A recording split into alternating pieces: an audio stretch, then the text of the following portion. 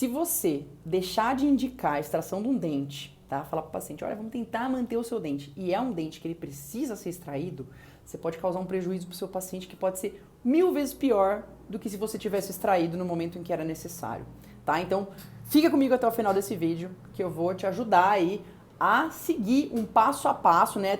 Te embasar nessa tomada de decisão para evitar que você mande para extração um dente que realmente pode ser salvo, pode ser feito alguma coisa ali de menos invasivo, né, para manutenção daquele caso, ou se é um dente que realmente precisa ser extraído e a partir daquele momento ele pode causar muito prejuízo para o seu paciente. Então, para você ter esse embasamento, né, e não mandar extrair dente errado e nem deixar de salvar um dente que pode ser salvo, tá certo? Muito bem, vamos usar como exemplo, a gente tem 1000 situações, mas vamos usar especificamente uma situação aqui como exemplo, de um caso de um dente que precisa ser extraído.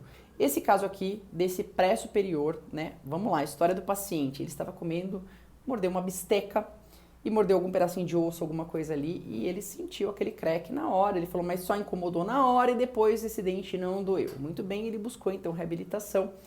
E o que a gente nota na radiografia já, a gente pode falar o quê? Que existe uma região ali um pouco indicativa, né, de uma perda óssea nas proximais, né? Um início, bem inicial, você fala, poxa, então isso daqui já me deixa ali alguma coisinha, uma pulga atrás da orelha, de que pode existir, né, já uma trinca, e essa trinca pode eventualmente ou não, né, ter evoluído para uma fratura, mas já pode ter uma trinca ali nesse remanescente radicular, e isso já está causando esse início de perda óssea. Isso já é um primeiro ponto.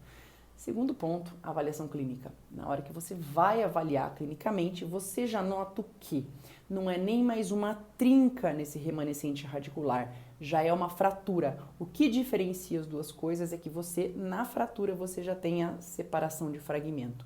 E como que a gente verifica isso, né? Clinicamente, aqui dá pra gente ver na foto que existe um espaço ali entre esses dois fragmentos, mas clinicamente você pode apoiar simplesmente uma sonda ali, logicamente, né, de maneira bastante delicada, mas para fazer uma inspeção clínica se existe essa separação.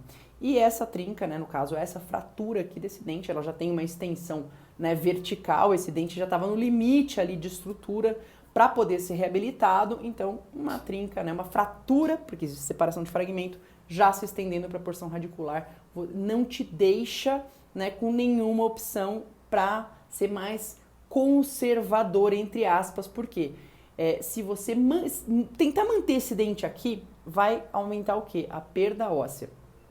No momento de perda óssea, na hora que esse paciente tiver sintomatologia, porque nesse momento ele está bem, mas na hora que ele tiver sintomatologia e alguma outra complicação, ele vai extrair esse dente.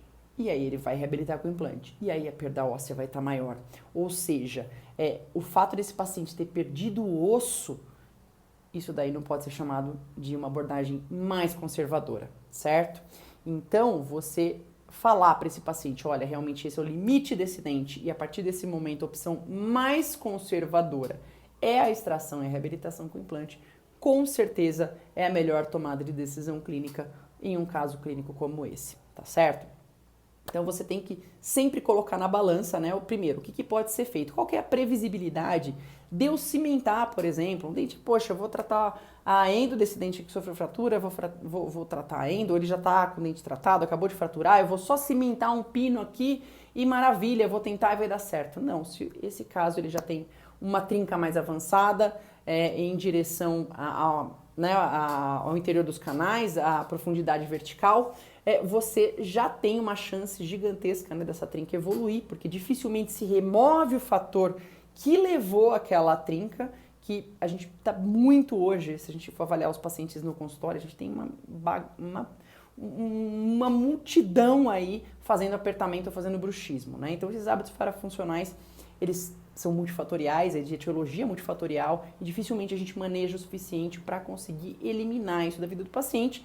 E se ele mantiver aquele hábito que já causou aquela trinca naquela proporção, isso aí vai se estender, né? E o paciente, se ele não tem sintomatologia, ele pode começar a ter, ou esse pino simplesmente vai soltar, né? Num curto período, e essa tentativa, né, que não tem uma boa previsibilidade, ainda custaria caro para o paciente em função da perda óssea, tá? Então são mais ou menos esse raciocínio colocado na balança, né, o custo-benefício. Nesse caso, a gente sempre tenta seguir o caminho, não é de falar assim, manter o dente a qualquer custo, não é bem isso. Mas com certeza num caminho de ser mais conservador. E muitas vezes ser conservador envolve você saber exatamente qual que é o momento de você, né, abrir mão da manutenção daquele dente e lançar mão aí de uma reabilitação com implante, que pode ser uma excelente opção também, tá certo? Um grande abraço, um grande beijo. A gente se vê na próxima.